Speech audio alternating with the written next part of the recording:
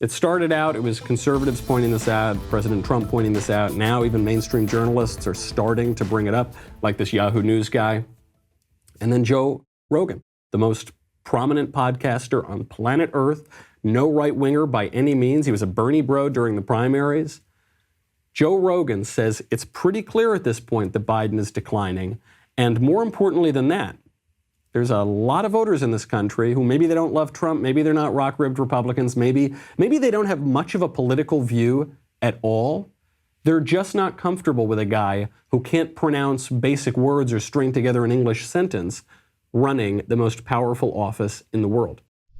I believe there's an also large group of people that are very uncomfortable with a man who seems to be mentally compromised winning the election and doing so by hiding.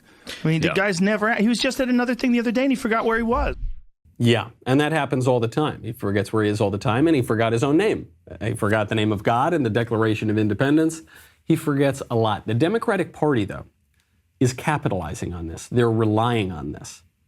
It's not breaking news that Joe Biden has lost a few steps.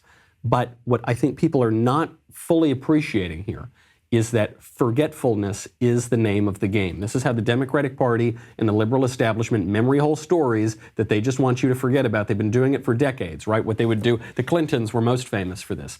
There would be a scandal, and they would deny, and then finally, when they couldn't deny it anymore, they'd say, well, that's old news.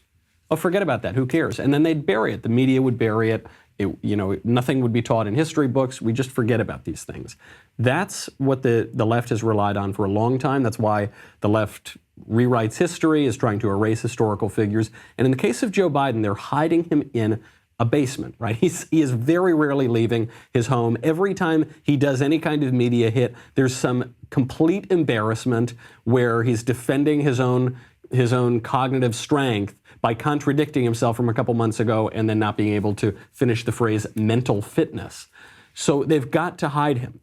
Joe Biden's poll numbers right now, if you trust the polls, are pretty good.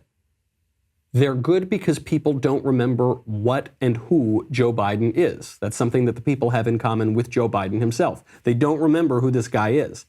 Every time they see him, his numbers go down, which is not a good sign for a candidate.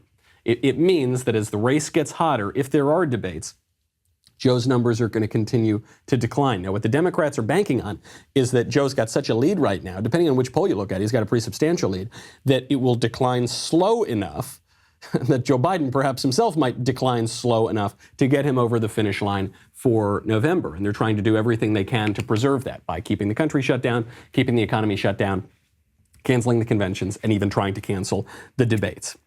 I hope you enjoyed that short segment from the Michael Knowles Show. Be sure to check out the full episode linked in the description or download the podcast wherever you listen to podcasts.